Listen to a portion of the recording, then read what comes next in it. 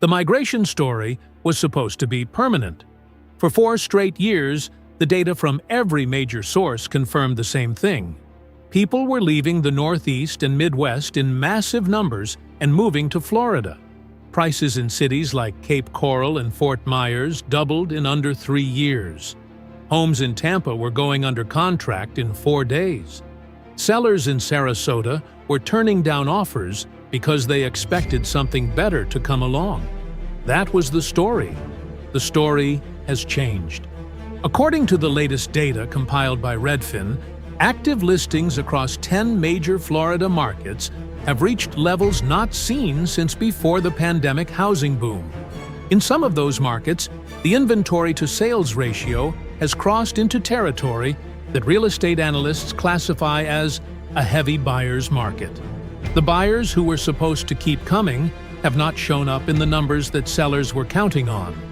And the sellers who waited too long to list, expecting prices to keep climbing, are now staring at listings that have been sitting for 60, 90, 120 days without a serious offer. This video is about what the data actually shows in those 10 specific markets, why it is happening, and what it means for anyone who owns property in Florida or is thinking about buying there right now. My name is David Cole. I am the editor-in-chief of Housing Intel. Before we get into this, subscribe to Housing Intel if you have not already. The data we are about to cover is moving fast, and the window to act on it is short. Subscribers get every report the moment it drops. Hit subscribe.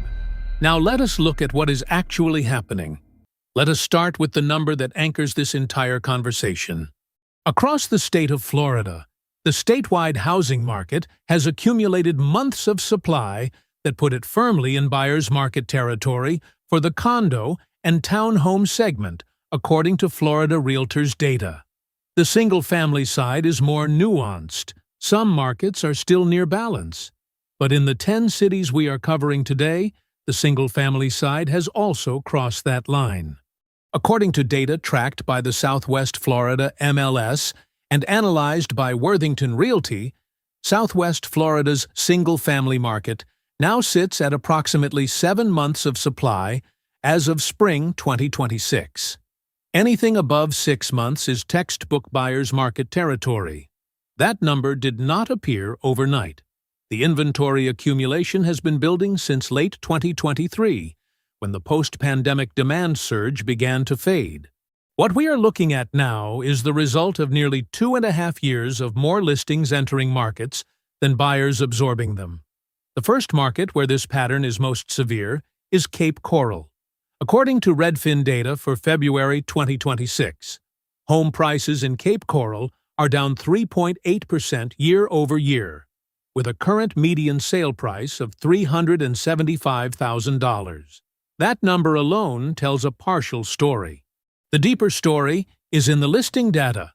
A January 2026 market report from the Royal Palm Coast Realtor Association found that homes currently listed in Cape Coral carry a median list price of $434,995, while the median of homes that actually sold in 2025 was $375,000.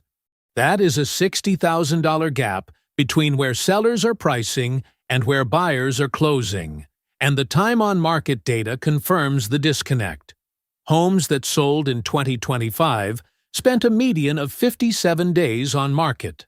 Current active listings are sitting at a median of 79 days. Nearly half of all active inventory in Cape Coral has now been on market for more than 90 days. When half your inventory cannot find a buyer after 3 months, that is not a seasonal softening. That is a structural imbalance. The second market with severe inventory pressure is Fort Myers. Redfin data for February 2026 shows Fort Myers home prices down 10.2% year over year, with a current median of $340,000.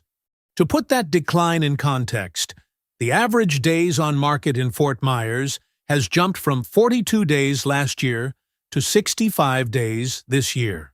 That is a 55% increase in how long sellers are waiting to find a buyer.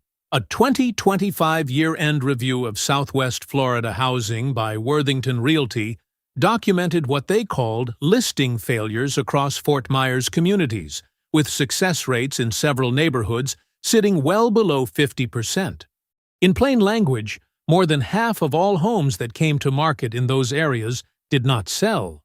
Sellers either pulled their listings or relisted at lower prices. That cycle, where a home fails, sits, relists, and eventually sells for less than its original ask, is exactly what sustained downward pressure on median prices looks like from the inside. Moving north along the Gulf Coast, the third market is Sarasota. Data from Florida Realtors reported in Sarasota Magazine shows the condo and townhome segment in Sarasota County posting a median sale price decline of 9.5% year-over-year as of January 2026, bringing the median to $314,175. The months of supply in the Sarasota condo market stood at 8.9 months, firmly in buyer's territory.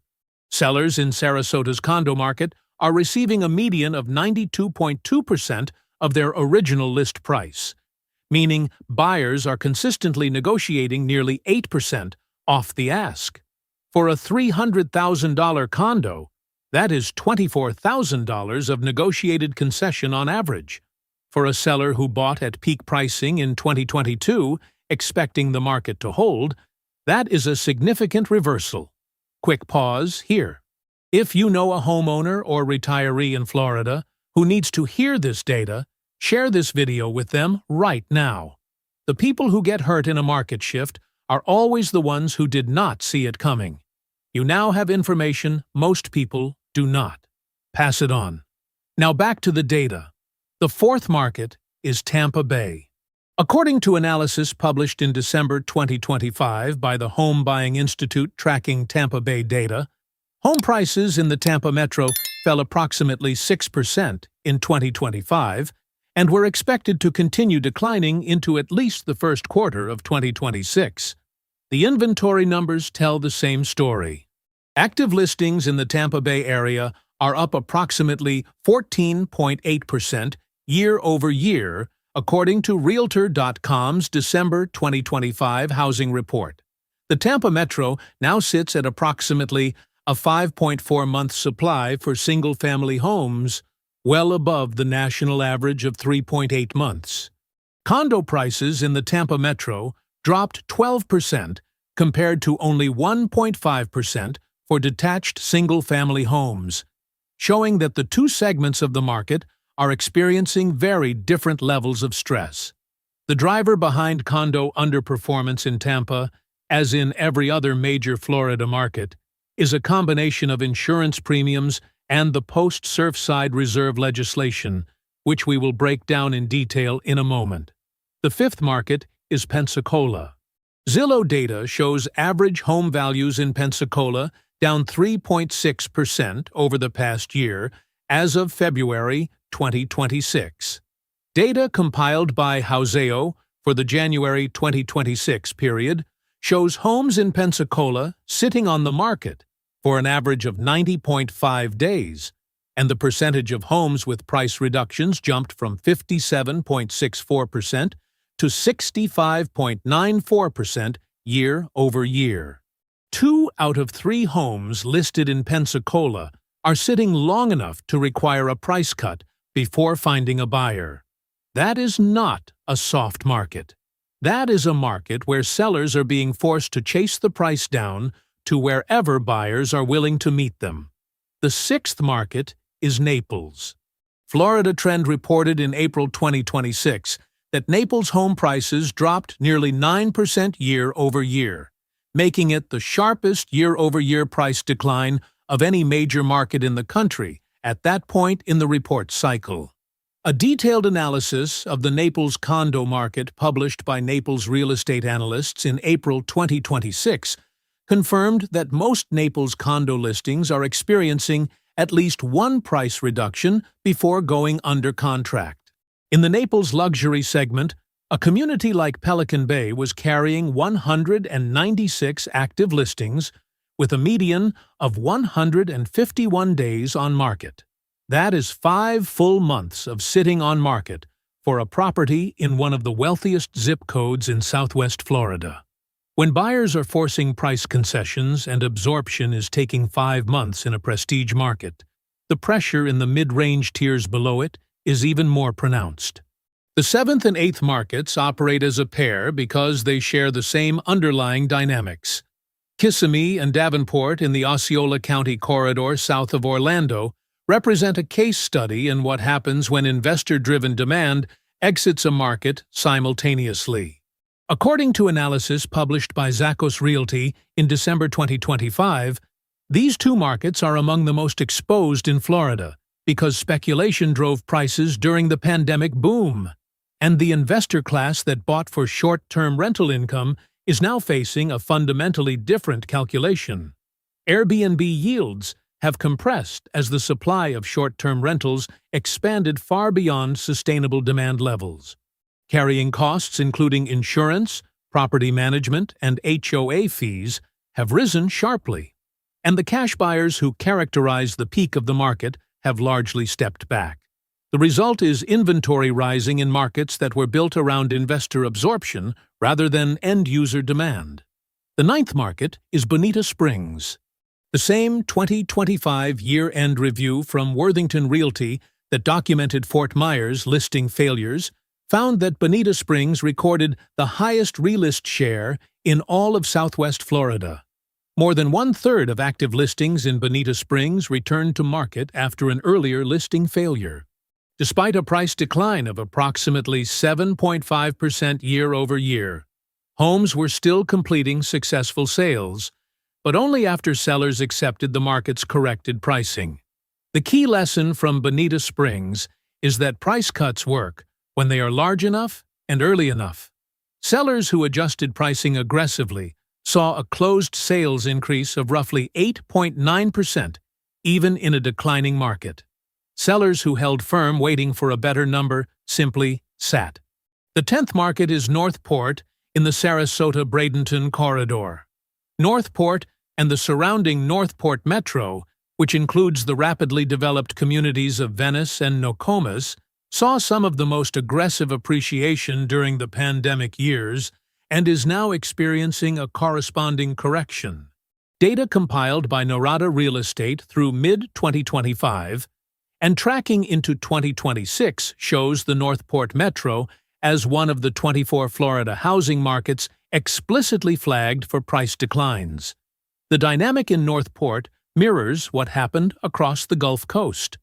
New construction from 2021 and 2022 hit the resale market simultaneously with homeowners who bought at peak prices and are now either unable to sell at their purchase price or unwilling to accept the loss. The result is elevated inventory that sits because buyers have options and sellers have not yet fully reconciled the gap between where they bought and where the market is today. Now let us address the mechanism that is accelerating inventory buildup across all 10 of these markets simultaneously.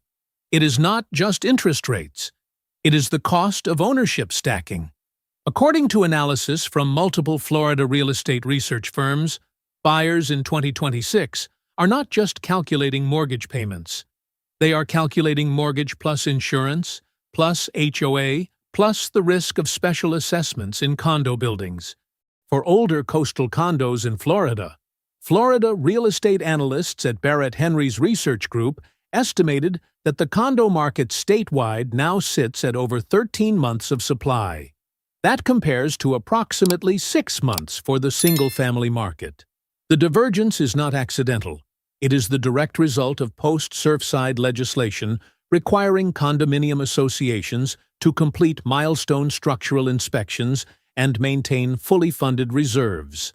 The financial reckoning from that legislation is working its way through the system in the form of higher monthly dues and 6-figure special assessments in some of the hardest-hit older buildings. A buyer shopping for a coastal condo in 2026 is not just buying a unit. They are potentially buying into an association that will bill them tens of thousands of dollars within 12 months of closing. That risk has killed demand in a segment that used to attract retirement buyers who valued low-maintenance living. For sellers in the 10 markets we have covered today, the data sends a clear message. According to South Florida real estate analysts at Corcoran Group CEO Pam Liebman, homes that are even 3 to 5% overpriced are sitting without showings. The market in 2026 rewards sellers who lead the price, not sellers who test the market by starting high and cutting later. A home that lists at the right number in week 1 attracts buyers who are actively comparing multiple options. A home that enters high and cuts 3 times over 90 days carries a stigma in the data that trained buyers and their agents recognize immediately. In the Cape Coral-Fort Myers metro alone, the Cape Coral Market Report found that homes in certain communities were experiencing a 50% listing failure rate in 2025, meaning 1 in 2 homes that came to market did not close. That statistic should reframe the entire conversation about what it means to hold out for a higher price. For buyers watching these 10 markets, the picture is different. Sellers in these markets are accepting closes at 93 to 97% of original list price according to MLS data from Southwest Florida and Sarasota. That means buyers have 3 to 7% of negotiating room built into current market conditions before they even get to the negotiation table. Sellers are contributing to rate buydowns and closing costs. Builders in the secondary inland markets of the I-4 corridor are offering direct cash concessions to move inventory. The Tampa Bay area update from 3 Avenues Group documented that it is now standard practice for buyers to negotiate seller-funded rate buydowns, where the seller pays up front to reduce the buyer's interest rate for the first several years of the loan. That is leverage that did not exist for buyers in 2021 or 2022. Here is what the data actually tells us when you step back from the individual markets and look at the pattern. Florida's housing market is not experiencing a uniform collapse. It is experiencing a sorting. Markets driven by investor speculation during the pandemic boom are correcting the hardest and fastest. Markets with heavy condo inventory are under structural pressure from cost of ownership mechanics that have permanently changed the buyer calculus. Markets built on organic end-user demand in areas with strong infrastructure and lifestyle quality are showing more stability. That distinction matters enormously if you are making a decision right now. The inventory surge in these 10 cities is real. It is documented in current MLS data, and it is not finished running its course. Sellers who price correctly and move early will transact. Sellers who hold out waiting for the pandemic-era market to return are waiting for something the data says is not coming back on that timeline. Buyers who understand the absorption dynamics in these specific markets are sitting in the strongest negotiating position Florida has offered since before the pandemic. The data does not lie. The real estate industry's incentive does not always let it speak this clearly. That is exactly why Housing Intel exists. And that is exactly why Housing Intel exists. We are here to give you the data, the analysis, and the honest picture that the real estate industry will never show you. If you found this video valuable, subscribe to Housing Intel right now and hit the notification bell so you never miss a report. The market moves fast. The people who stay informed are the ones who stay protected. We will see you in the next one.